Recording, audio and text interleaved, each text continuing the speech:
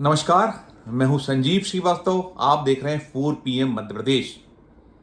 मध्य प्रदेश वासियों को प्रधानमंत्री नरेंद्र मोदी की ओर से फिर गारंटियां मिली हैं। आप ये ना पूछिएगा कि प्रधानमंत्री नरेंद्र मोदी तो पहले भी गारंटियां देते रहे हैं। 15 लाख रुपए प्रत्येक हिंदुस्तानी के खाते में आने की गारंटी, महंगाई से मुक्ति की गारंटी, 2 करोड़ रोजगार हर साल देने की गारंटी।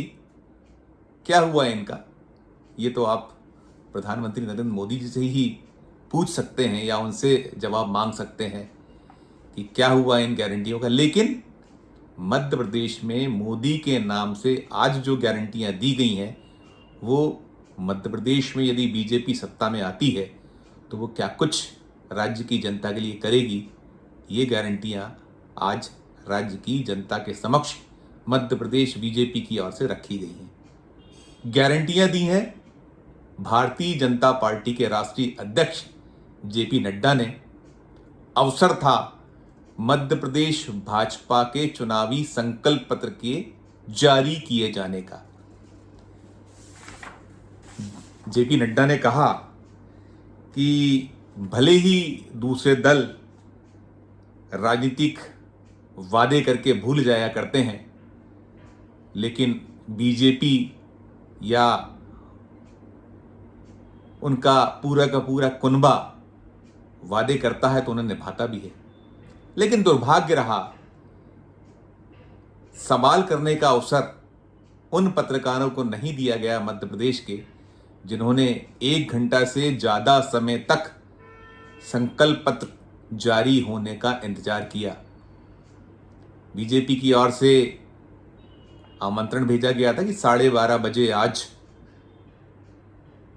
बीजेपी का चुनावी संकल्प पत्र जारी किया जाएगा और उसे जारी करेंगे जेपी नड्डा, और अन्य नेताओं की उपस्थिति की भी सूचनाएं, संकेत पार्टी की ओर से दे दिए गए थे। मध्य प्रदेश के जो पत्रकार हैं, जो भोपाल में रहते हैं, जो चाहे वो राज्य के चैनलों के हों, राज्य के अखबारों के हों, देश के चैनलों अखबारों का प्रतिनिधित्व करते हों, अन्य मीडिया का पूरा माध्यम भोपाल के मिंटो हॉल, जो अब एक कन्वेंशन सेंटर बन चुका है, एक आला दर्जे की होटल वहाँ राज्य की सरकार खोल चुकी है, उसी सभागार में पत्रकार जेपी नड्डा साहब का इंतजार करते रहे, क्योंकि छोड़ा भी नहीं जा सकता था। संकल्प पत्र जारी करने का अवसर था, चुनाव का मौसम है, मजबूरी थी पत्रकारों की। ये वही स्थल है, ऐतिहासिक भवन, जहां मध्य प्रदेश की विधानसभा कभी लगा करती थी। उसे पुराना विधानसभा भवन भी कहा जाता है। जेपी नड्डा, मुख्यमंत्री शिवराज सिंह चौहान, भारतीय जनता पार्टी के प्रदेश अध्यक्ष वीडी शर्मा, केंद्रीय मंत्री प्रहलाद पटेल, फग्गन सिंह कुलस्ते, ज्योतिरादित्य सिंधिया समेत कई नेता मंच पर प्रकट हुए। किसी ने कोई खेद विलंब को लेकर, कोई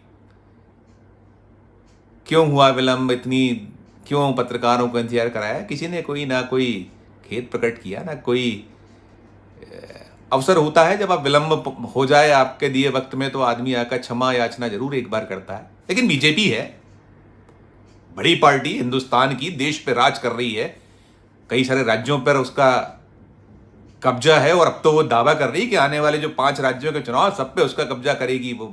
भले ही जमीनी हालात कुछ हो, हकीकत कुछ और हो, सब कुछ भाजपा में हो जाएगा, ऐसा उसकी ओर से करना भी चाहिए, दावा होना चाहिए।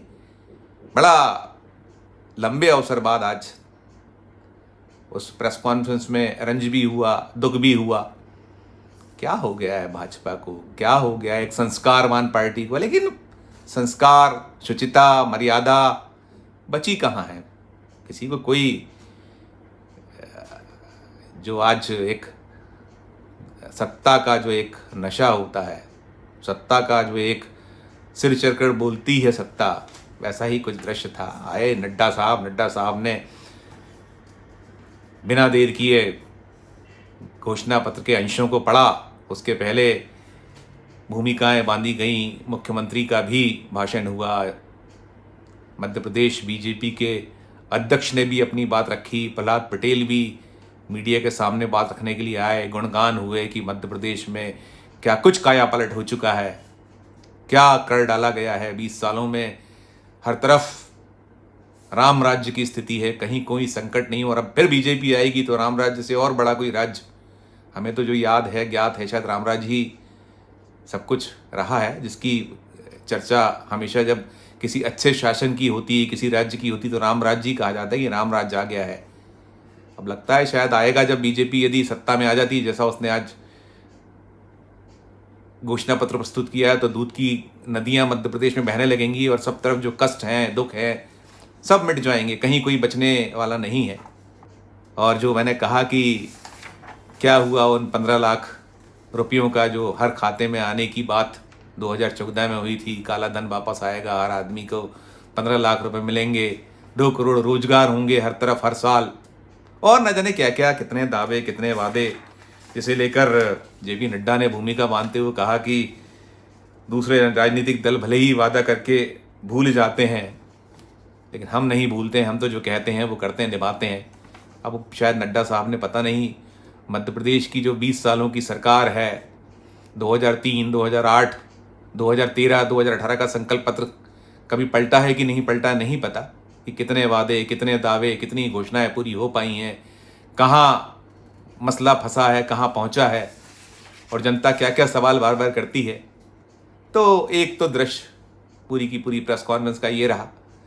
दूसरे जो घोषणाओं की लंबी झड़ी लगाई, जो वादे किए हैं बीजेपी ने मध्य प्रदेश की, उसमें बड़े बड़े वादे हैं, बहुत सारी। अब एक नया जो 15 लाख के जो राशि हर खाते में आने को लेकर तो खुद अमित शाह ही कह चुके हैं कि उन्होंने ऑन रिकॉर्ड कहा है कि वो तो जुमला था मोदी जी का, नहीं आए तो क्यों करते, जुमला था। अब यहाँ मध्य प्रदेश का जो घोषणा पत्र है, इसके बारे में तो 5 साल बाद ही पता चलेगा, यदि बीजेपी सत्ता में लौट आती है, होती है तो। उम्मीदें कम हैं, कठिनाइयाँ ज़्यादा हैं, मुश्किलों में है बीजेपी ने अब कहा है कि भाई हम मध्य प्रदेश के प्रत्येक संभाग में आईआईटी की तर्ज पर एमआईटी खोल डालेंगे। अब उसके साथ साथ all India institute of medical sciences जो है, AIIMS, मुझे याद है वो दौर सुषमा स्वराज जब केंद्रीय स्वास्थ्य मंत्री होती थी और भोपाल में जब उन्होंने एम्स की आधारशिला रखी थी, उन्होंने बड़े दावे से कहा था, बहुत उसको मैंने कवर किया था, उस पूरे के पूरे आयोजन को। उन्होंने कहा था कि 50 साल में एक एम्स, हम आपको हर साल 5 एम्स देंगे, या हर 5 साल में एम्स की झड़ी लगा देंगे। अब एम्स भोपाल में खुल तो गया है, रायपुर में खुल तो गया है, कई राज्यों में है, लेकिन क्या दुर्दशा है, क्या दुर्गति है, आप जाइए तो आपको पता चल जाएगा कितनी कठिनाइयों का सामना वहाँ पहुँचने वाले को करना पड़ता है। अव्वल तो उसे एंट्री नहीं मिलती, और मिल जाए तो बदहाली का भरपूर आलम है। भोपाल एम्स को लेकर तो इतनी खबरें निरंतर छपती हैं, शायद पता नहीं मुख्यमंत्री शिवराज सिंह चौहान जी ने देखा कि नहीं देखा, केंद्र तक वो पहुँच पाती हैं नहीं पहुँच पाती हैं। दुर्दशा है, जनता उसको भोगती है। वहाँ इतना बड़ा इंफ्रास्ट्रक्चर खड़ा करने के बाद बदहाली हर तरफ होती है। भोपाल का हमीदी हॉस्पिटल 2000 बेडेड कर दिया है राज्य की सरकार ने, अट्टालिकाएं खड़ी कर दी हैं पूरे मध्य प्रदेश में। लेकिन अभी पिछले दिनों हमारे एक पत्रकार मित्र के पिता के साथ जो हुआ, बहुत मामूली सा एक्सीडेंट था, एक छोटा सा, उनको सिर्फ प्लास्टर चढ़ना था, उसको सोशल मीडिया पे डालना पड़ा कि कैसे उसको डॉक्टरों ने उसके पिता को पूरी रात बैठाया, अगले दिन दोपहर तक बैठाया, मीडिया से गुहार कर ली तो और रुष्ट हो गए डॉक्टर, और अंततः उसे प्राइवेट अस्पताल जाना पड़ा। तो ये एक उदाहरण है। मैंने ये चूंकि कहा है मध्य प्रदेश की जो बीजेपी है कि सत्ता में आए तो हर संभाग में एक SIIMS यानी राज्य का आयुर्विज्ञान संस्थान खोल दिया जाएगा। अरे माननीय, अरे महोदय, जो मौजूदा हॉस्पिटल्स हैं उन्हें तो ठीक कर डालिए।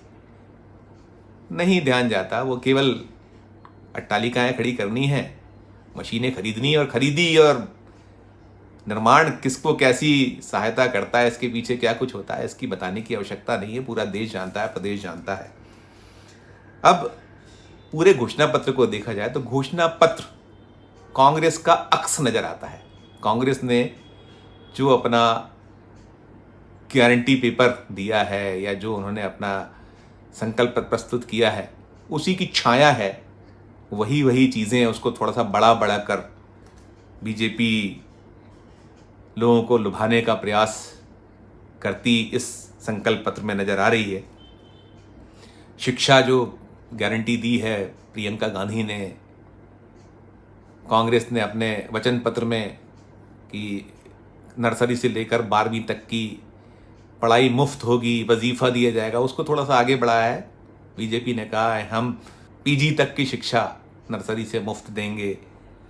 फिर वो लाडली बहनों का जो गाना है वो जो दे ही रही है, वो उसने कांग्रेस ने जब कह दिया था कि हम 1500 देंगे तो बीजेपी चली गई थी 3000 देंगे, और दे रही है 1250 अभी दिए जा रहे हैं। तो वो है। फिर किसान को लेकर कर्ज माफ़ी की गारंटी कांग्रेस दे चुकी है, और उस पर आरोप प्रत्यारोप हर चुनाव में होते हैं, इस बार भी हो रहे हैं। कांग्रेस ने तो जो इस शिवराज सरकार के कृषि मंत्री हैं उनकी वो विधानसभा में जो आया जवाब निकाल के रख दिया कि 27.5 लाख किसानों को कर्जा कांग्रेस ने अपने 15 महीने के शासनकाल में माफ़ किया था, पहली किस्त दे दी गई थी। भले ही सिंधिया ने कहा है कि मुझसे झूठे प्रमाण पत्र बंटवा दिए गए, लेकिन वो सच्चाई खुद कृषि मंत्री मध्य प्रदेश जो शिवराज सरकार के हैं उनका जवाब रखा गया है, कांग्रेस ने प्रस्तुत किया है अभी आरोप प्रत्यारोप के दौर में, और विधानसभा में आया था, उसकी प्रति हमारे पास है प्रश्नोत्तरों की। उसके बाद वही प्रधानमंत्री आवास योजना, मुख्यमंत्री आवास योजना को आगे बढ़ाने की बात, वो भी देश ने देखा है 2022 तक सबको पक्के मकान मिल जाने की, दे देने की बात की गई थी केंद्र की ओर से, लेकिन अभी बहुत तेरी ऐसी राज्य हैं, स्टेट्स हैं जहां शिकायत आती है, और मध्य प्रदेश भी उससे अछूता नहीं। 5 राज्यों में इस चुनाव के दौर में इस पूरे मसले को उठाया जा रहा है, जोर शोर से प्रतिपक्ष या जो वहाँ के सरकारें हैं उठा रही हैं कि नहीं मिल पाए सबको मकान। और अन्य जो अगर बात करें तो सीनियर सिटीजन को, दिव्यांगों को 1500 रुपये देने का घोषणा ऐलान किया गया है कि मासिक पेंशन के तौर पर ये दिया जाएगा दिव्यांग नागरिकों को, सीनियर सिटीजनों को। पता है सबको कि जब से सरकार है बार बार शिकायतें होती हैं। पहले ये राशि 600 थी, वो मिल ही नहीं रही है। लगातार यहाँ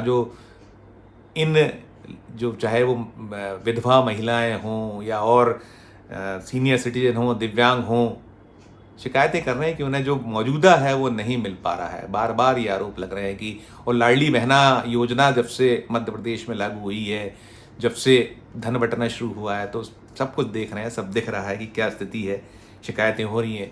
मिड डे मील का घोटाला बार बार कांग्रेस उठा रही है, प्रियंका गांधी तो तीखा प्रहार कर रही हैं। अब ये जो संकल्प पत्र आज बीजेपी का है उसमें उन्होंने एक और घोषणा की है, अब इसका क्या होगा क्या नहीं होगा, लेकिन उन्होंने कहा है कि हम मिड डे मील के अलावा नाश्ता भी बच्चों को देंगे, स्कूली बच्चों। अरे भाई, वो मिड डे मील का तो पता करिए, वो घोटाले घपले उसका जवाब तो दीजिए।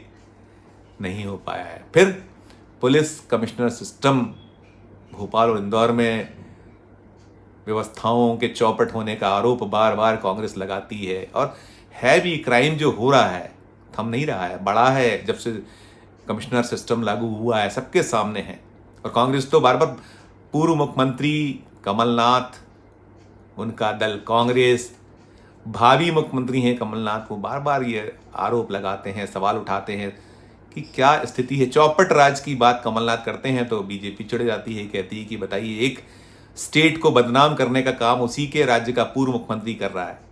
17 बलात्कारों की बात बार बार मंचों से हो रही है, हर दिन 17 बलात्कार, क्या स्थिति है। अब बीजेपी ने कहा है कि अगर हम सत्ता में आते हैं तो जबलपुर और ग्वालियर में भी पुलिस कमिश्नर सिस्टम लागू होगा। फिर जो गेहूं और चावल, धान और गेहूं की खरीदी की जो गारंटी कांग्रेस ने दी है, आया है देर से बीजेपी का घोषणा पत्र, शायद इसीलिए 5 को जारी होने वाला था, रुका कि किस तरीके से कैसे इसको बैलेंस किया जाए। तो और उसके पहले भी टाइम पहले घोषणा कांग्रेस के घोषणा पत्र की हो गई थी। तो ये कहा गया है कि यदि भाजपा सत्ता में आती है तो गेहूं का एमएसपी 2700 रुपये होगा अपना स्टेट का। मध्य प्रदेश की सरकार 2700 रुपये क्विंटल में गेहूं खरीदेगी और 3100 रुपये क्विंटल में धान की खरीदी की जाएगी। बहुत सारे ऐसे वादे हैं, जैसे यदि कांग्रेस ने बेरोजगारी भत्ता देने की बात की है तो अब बीजेपी कह रही है कि हम 10,000 रुपये तक का स्टाइपेंड देंगे युवाओं को। हर परिवार के कम से कम एक सदस्य को रोजगार, स्वरोजगार हो सकता है। वो पकौड़े तलने वाली जो बात प्रधानमंत्री जी ने कही है कि पकौड़े तलना भी तो रोजगार है, तो तैयार रहिए स्टेट के लोग, पकौड़े स्वरोजगार के रूप में तलने का काम आपको मिल जाए, दे सके।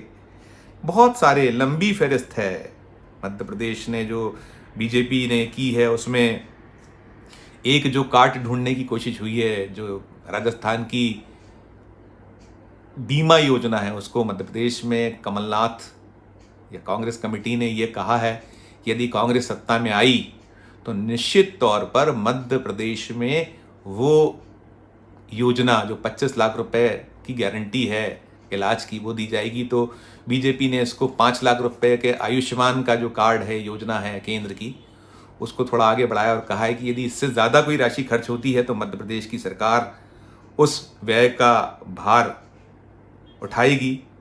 हर लोकसभा में मेडिकल कॉलेज खोलने की बात बीजेपी कर रही है कि यदि सत्ता में आती है तो हर लोकसभा में, यानी कि 40 लोकसभा क्षेत्रों में, मध्य प्रदेश 29 लोकसभा क्षेत्र है, माफ़ कीजिएगा, छत्तीसगढ़ और मध्य प्रदेश जब एक था तब 40 लोकसभा सीट होती थी। तो कई बार हम उस दौर में लौट जाते हैं अपनी बात कहते कहते। 29 लोकसभा सीटें हैं, तो 29 लोकसभा क्षेत्रों में मेडिकल कॉलेज खोलने का एक वादा संकल्प पत्र में बीजेपी ने किया है। 5 साल में 2000 सीटें जोड़ने की बात कही है, नर्सिंग कॉलेज खोलने की बात कही है। ऐसी एक लंबी फहरिस्त है जिसमें, और दिलचस्प है कि जो अभी आप ध्यान दिया होगा आपने कि वो जो महाकाल मंदिर में जिस तरीके से मूर्तियां धराशायी हुई थी, छोटी सी हवा तूफान में, प्राकृतिक थोड़ी सी कठिनाई में, अब करीब करीब हर बहुत सारे 150 करोड़ रुपए के निवेश अलग अलग जगह करने की बात कहते हुए ऐतिहासिक स्मारकों का रेनोवेशन की बात कही गई है, मंदिरों के कायाकल्प की बात कही गई है। साथ साथ निवेश को लेकर भी कई सारे वादे बीजेपी की जो मध्य प्रदेश बीजेपी उसने की हैं। कुल मिलाकर जो बीजेपी का संकल्प पत्र है उसमें जो मुख्य बिंदु हैं, जो कांग्रेस की 11 गारंटियां हैं, उन 11 गारंटियों के इर्द गिर्द ये संकल्प पत्र सिमटा सा नजर आता है, क्योंकि वो बड़ी मुख्य योजना है, चाहे वो किसान हो, युवा हो, और ऐसे जो तबके हैं जो मुफ्त देने की बातें हैं। गैस सिलेंडर तो पहले ही 450 की बात कर दी है, बीजेपी ने देना शुरू किया है। कांग्रेस ने सबको 500 रुपये में कहा है, अभी शिकायतें आ रही कि हर किसी को नहीं मिल पा रहा है। तो कुल मिलाकर देर से स्ट्रोक एक बीजेपी ने खेला है। कितना ये सार्थक चुनाव में होगा, कितनी मदद बीजेपी की मध्य प्रदेश के चुनाव में कर पाएगा, ये तो 3 दिसंबर को जब चुनाव के नतीजे आएंगे तब साफ होगा। और देखिए क्या कुछ होता है, वही जब चुनाव के नतीजे आएंगे तब सारा कुछ हालात, स्थितियां साफ हो पाएंगी। आज के वीडियो में सिर्फ इतना ही। हमारा ये मध्य प्रदेश का चैनल नया है, इसे लाइक कीजिए, इसे सब्सक्राइब कीजिए, हमारे इस वीडियो को अधिक से अधिक लोगों तक शेयर कीजिए और देखते रहिए 4 PM Madhya Pradesh, 4 PM national और 4 PM हमारे अन्य राज्यों के चैनलों को। धन्यवाद, नमस्कार।